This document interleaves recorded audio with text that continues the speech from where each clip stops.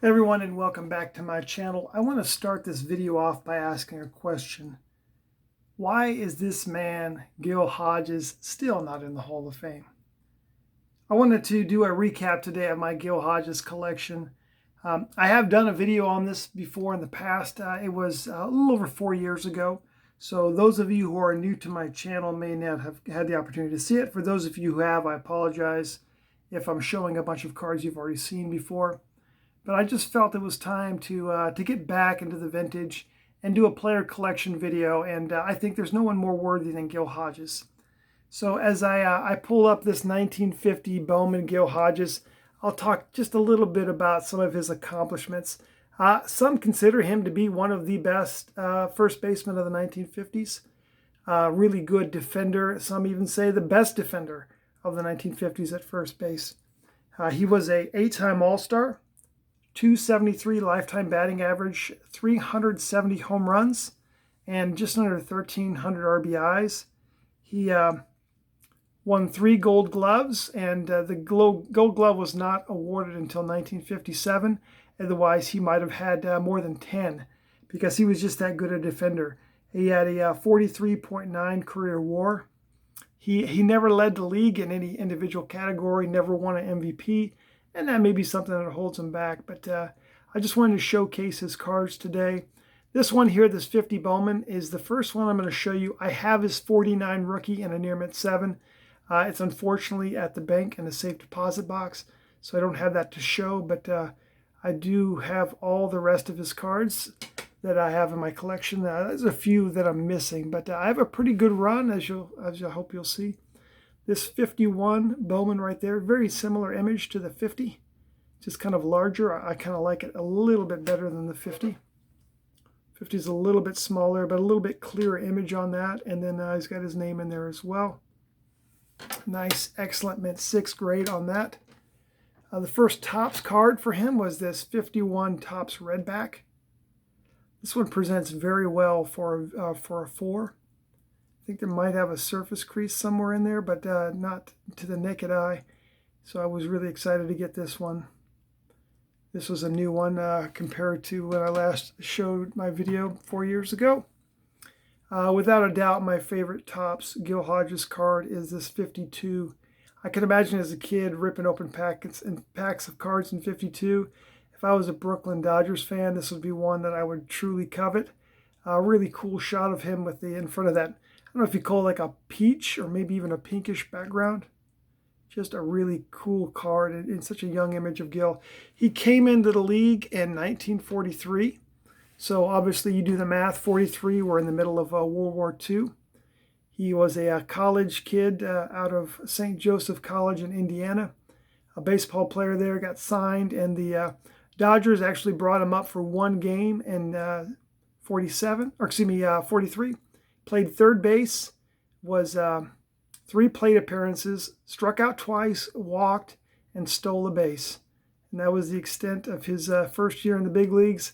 He then goes into service and is in the Navy from 44 to 45. While he was there fighting in the Pacific, he earned a Bronze Star with a Valor Device for his efforts fought in the Battle of Tinian and also the Battle for Okinawa. So he saw some fighting and distinguished himself with his service. Took 2 full years of playing days away from him, and that's another thing to consider about when you look at his overall career stats, is somewhat maybe a little shortcoming or a little short of what you would think a Hall of Famer would do, but considering he served 2 full years in the military. Here he is in his 54. He's got a 54 Bowman that's quite popular. And this one, though, is very colorful. I love this yellow background with the red writing, and we'll see that later on in the 58 and 59 card, that color scheme working very well for Hodges cards. This 55 Bowman, the old TV set. Yeah, he made it back to the league in 47 after 1 year in the minor leagues, and then he became a mainstay again in Brooklyn, this time at first base versus third base, and helped them win the World Series in 55 and 59. Here's his 56 card. Shows him sliding into home. Now, this is a VGX4. The centering is not great. It's got a little bit of showing its age, you know, but still a beautiful card. Nice color on that. When it comes to these mid-50s cards, you can tell I'm not really focused on high grade. I'm just focused on getting the card in hand. This one actually is a higher grade, but it's a little off center left to right. You know, notice this is a smaller card because 57 is the first year the Topps goes to what would become the standard card size, even up until now. So they had just defeated Bowman in the Bubblegum Wars back in 55. That was the last year of Bowman. So they decided to cut costs by making the card smaller. And that's the standard we have today. A really great image on that. That's really clean.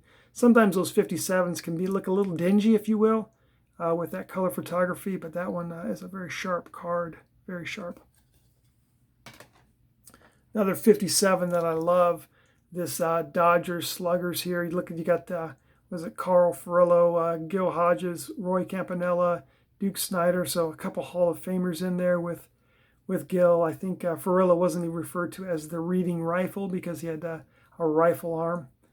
You got a lot of good stars on that Dodger team. You know, Pee Wee Weiss, Jackie Robinson, and then Campanella and Snider as Hall of Famers. Yeah, I could imagine how Gil could be a little overlooked on that. And I think, you know, if he had maybe been the sole star of a team, maybe he would have got a little bit more limelight. Campanella won multiple MVPs, while Hodges was kind of had to take a back seat to his stardom. And then Duke Snider was widely considered to be one of the best center fielders in the game as well, right up there with Mickey Mantle and Willie Mays. So just a great card. They'll love that card. Even though it's just a 4, it's got outstanding eye appeal. Here's a really colorful 58. I mentioned before that kind of a yellowish background with a red writing. It really, really pops. And here we can see the LA symbol kind of painted on the hat.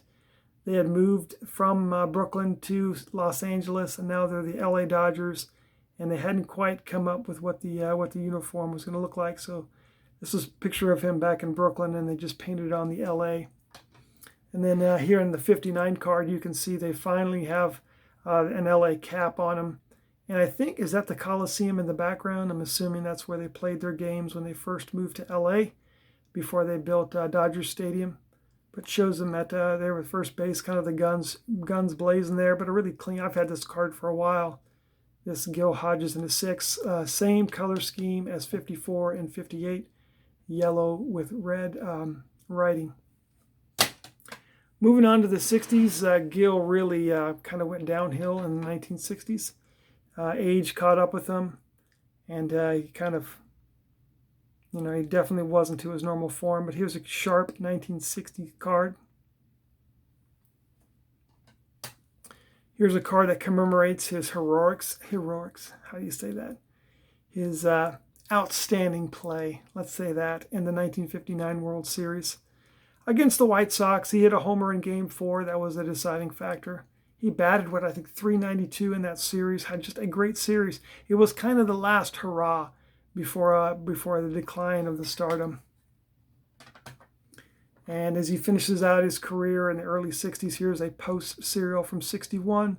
Probably a hand-cut card from some childhood collection. Managed to somehow secure 2 of these.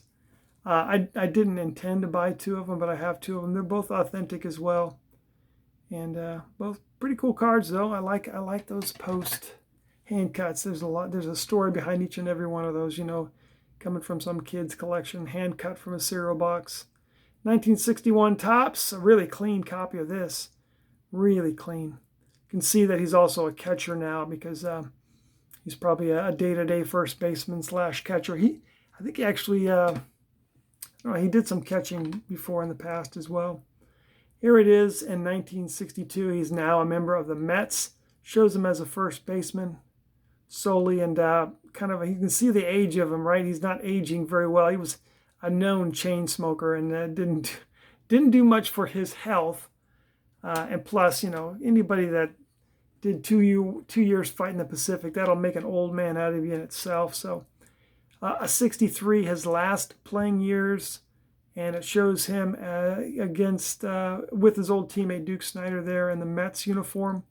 I don't have his 63 card with him in the Mets uniform, just his own sole card.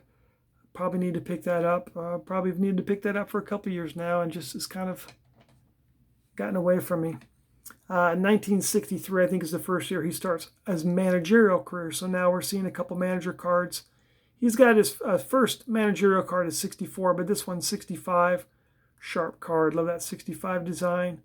But, you know, he didn't get a great gig coming out as a manager, right? Breaking in, and if you're going to be a manager right off the bat, you know you're not going to be in charge of a superstar team. And the Senators were definitely not superstars, but very respectful, and he learned the trade.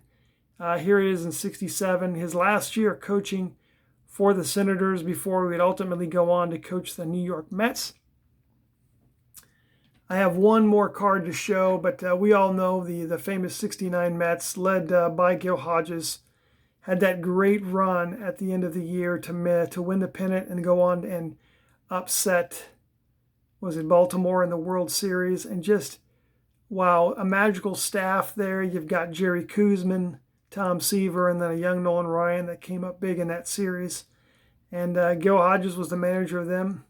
Managed for 2 more years until 1972, just a few days before his 48th birthday. So he was only 47, and Gil is golfing with some friends in Florida, some other old ball players, and he collapses, has a massive heart attack, and just hits the ground with a thud and cracks his head open. They say he was bleeding profusely, but then suddenly stopped bleeding because his heart had stopped pumping and he was gone way too soon, But who knows what would have been if he had got a chance to live another decade and coach. Maybe he'd have another World Series to his title. Maybe that would have been enough to push him over the edge. But when it's all said and done, he's got 3 World Series championships, 8 All-Stars, quite a defensive legacy, and no Hall of Fame. But that's kind of what I've got. Those are my cards. Let me know. What do you think? Should Gil be in? Let me know. Once again, everyone, I appreciate your posts, your comments, and I'll talk to you again soon.